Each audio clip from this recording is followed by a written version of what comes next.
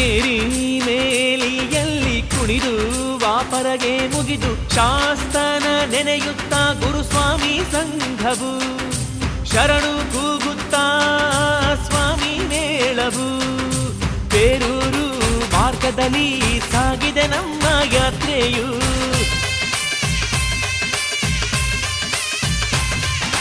ಅಳುದ ದಂಡೇಲಿ ಸ್ನಾನ ಎಲ್ಲ ಸ್ವಾಮಿಯ ಧ್ಯಾನ ಗಿರಿಯನ್ನೇರುತ್ತಾ ಸಾಗಿದೆ ಯಾತ್ರೆಯು.